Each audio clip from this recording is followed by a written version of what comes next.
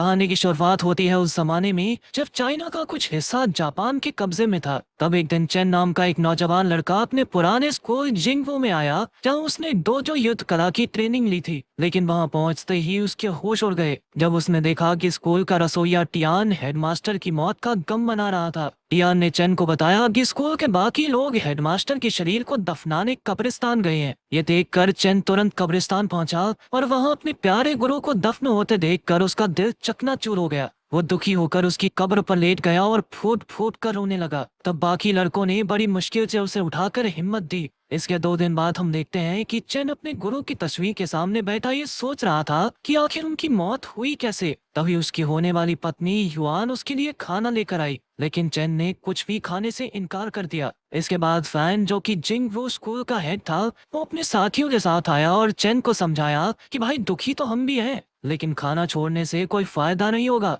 तब चेन ने पूछा कि आखिर उनकी मौत हुई कैसे। तब फैन ने कहा कि उन्हें निमोनिया हो गया था, लेकिन चेन को इस बात पर बिल्कुल विश्वास नहीं हुआ। खैर अगले दिन सारे स्कूल के बच्चे इकट्ठा होकर अपने गुरु को श्रद्धांजलि दे रहे थे कि तभी अचानक वहां हांगकांग के कुछ जापानी लोग घुस आए जो जापानी डोजो कला को मानते थे। उनके साथ जापानी डोजो का ग्रैंड मास्टर सुजुकी भी था। फिर उसका ट्रांसलेटर वुजिन आगे होकर फैन और उसकी डोजो टेक्निक का मजाक उड़ाने लगा। उसने कहा कि चाइनीज लोग बेहद कमजोर होते हैं और उन्हें लड़ना वरना नहीं आता। इसके बाद उसने एक बोर्ड निकाला जिस पर चाइनीज लोगों के लिए गालियां लिखी हुई थी और फैन ने गुस्से में आकर वुजिन को बाहर निकल जाने को कहा। लेकिन वुजिन ने कहा कि अगर कोई उसके आदमियों को हरा दे तभी वो यहाँ से जाएगा। ये सुनकर चेन गुस्से से भर गया और उसने जापानियों पर हमला बोल दिया। लेकिन तभी फैन ने उसे रोककर समझाया कि उनके गुरु ने उन्हें गुस्से में आकर किसी पर हमला करने की सीख नहीं दी। इसका फायदा उठाकर वुजिन चेन को थप्पड़ मारकर और उकसाने लगा, लेकिन चेन ने अपने गुस्से पर काबू बनाए रखा।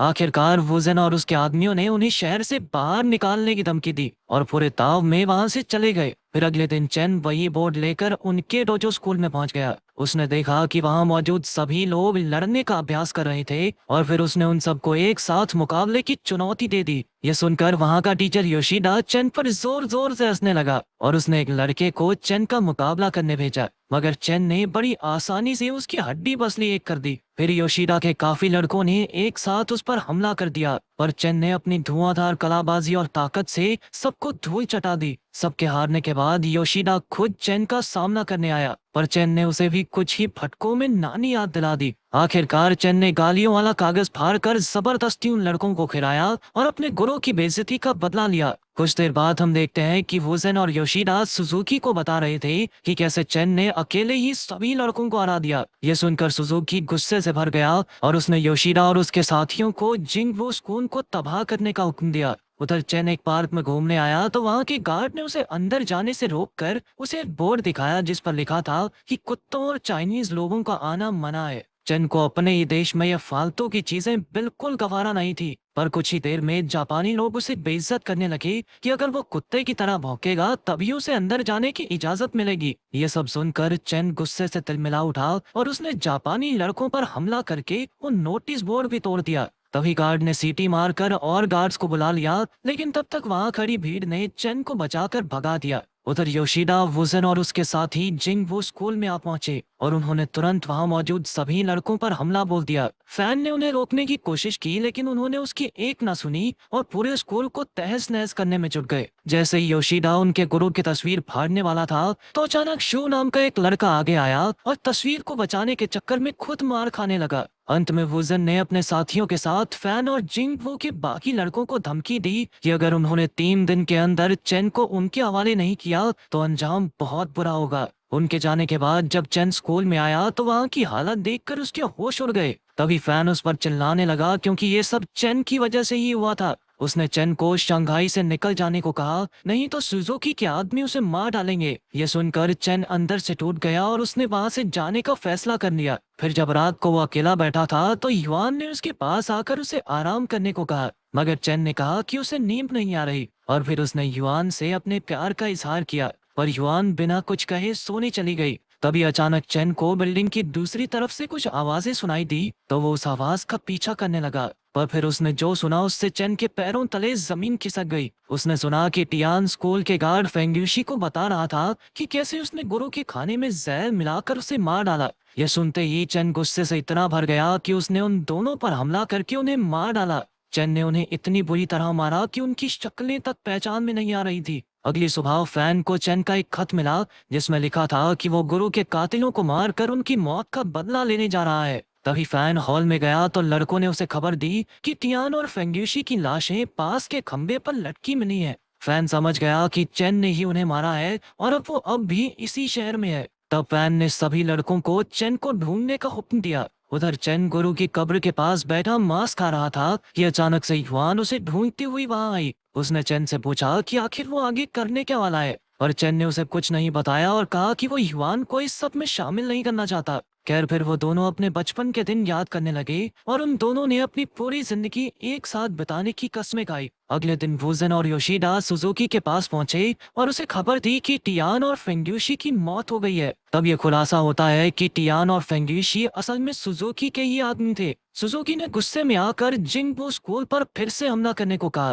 पर वुजन ने सलाह दी कि उन्हें पुलिस को खबर कर देनी चाहिए। इसके बाद लो नाम का इंस्पेक्टर जिंगबो स्कूल गया और उसने फैन और बाकी लड़कों से कहा कि उन्हें 3 दिन के अंदर अंदर चेन को पुलिस के हवाले करना ही होगा। अगर वो इसमें नाकामयाब रहे तो यह स्कूल भी उनके हाथ से जाएगा और उन्हें चेन की मदद करने के जुर्म में जेल भी जाना पड़ सकता है। उधर रात को सुजुकी, योशिदा और वुजन पेट्रोव नाम के एक रशियन आदमी के साथ पार्टी कर रहे थे। जल्द ही वो सब नशे में धुत हो गए और फिर वुजन अपने घर की ओर निकल गया। सड़क पर उसे एक तांगे वाला दिखा और वो तांगे में बैठ गया। ये तांगे वाला कोई और नहीं बल्कि चेन ही था, लेकिन वुजन इतने नशे में था कि उसे पहचान ही नहीं पाया। जल्द ही चेन उसे एक सुनसान गली में ले आया और उसे बुरी तरह पीटने लगा। तभी वुजन ने सच उगल ही दिया कि गुरु को मारने का प्लान सुजुकी ने बनाया था। इसके बाद चेन ने गुस्से में हमला करके वुजन को मार डाला और उसकी लाश को भी एक खंबे से लटका दिया। जब वुजन की मौत की खबर सुजुकी को मिली तो वो गुस्से से लाल हो गया और उसने इंस्पेक्टर लो को धमकाकर उसे चेन और जिंगबो स्कूल के खिलाफ कदम उठाने को कहा।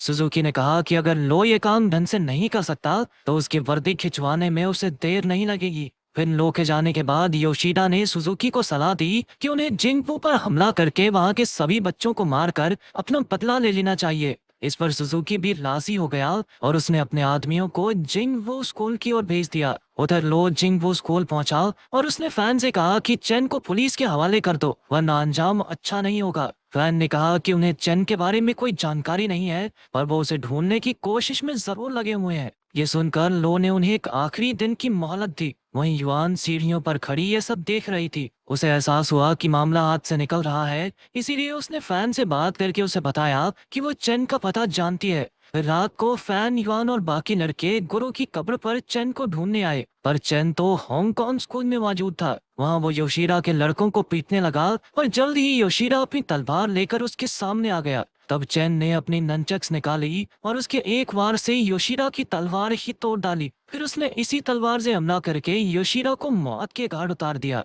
इसके बाद वो सुजुकी के ऑफिस पहुंचा जहां उसका सामना हुआ पेट्रोव से। तभी उन दोनों में अचानक लड़ाई शुरू हो गई, पर चेन ने अपने जोरदार हाथ से उसकी गर्दन पर वार करके उसे हमेशा के लिए सुला दिया। इसके बाद उसने सुजुकी को ढूंढकर उसे भी धुआंधार लड़ाई के बाद ऊपर पहुंचा दिया। उधर जब फैन और उसके साथ ही स्कूल में वापस लौटे तो उन्होंने देखा कि सभी लड़के या तो मर चुके थे या फिर बुरी तरह जख्मी थे। तब यू ने उसे बताया कि सुजुकी के आदमियों ने वहां हमला करके पूरे स्कूल को तबाह कर दिया। कुछ ही पलों में इंस्पेक्टर लो वहां आया और उसने फैन से चेन के बारे में पूछा। फैन ने कहा कि उसे चेन की कोई खबर नहीं है। तब लो कहने लगा कि अब उसे कानून के मुताबिक उन्हें गिरफ्तार करना होगा। इसी दौरान चेन भी वापस लौटकर खिड़की के जरिए अंदर आ गया और जब उसने देखा कि सभी बच्चे मारे गए थे तो वो अंदर से टूट गया। तभी उसने सुना कि लो फैन को गिरफ्तार करने वाला है, तो वो अचानक से खुद ही सबके सामने आ गया। उसने लो से बात की तो लो ने वादा किया कि अगर चेन खुद को पुलिस के हवाले कर दे तो वो जिंगबो स्कूल का ख्याल रखेगा।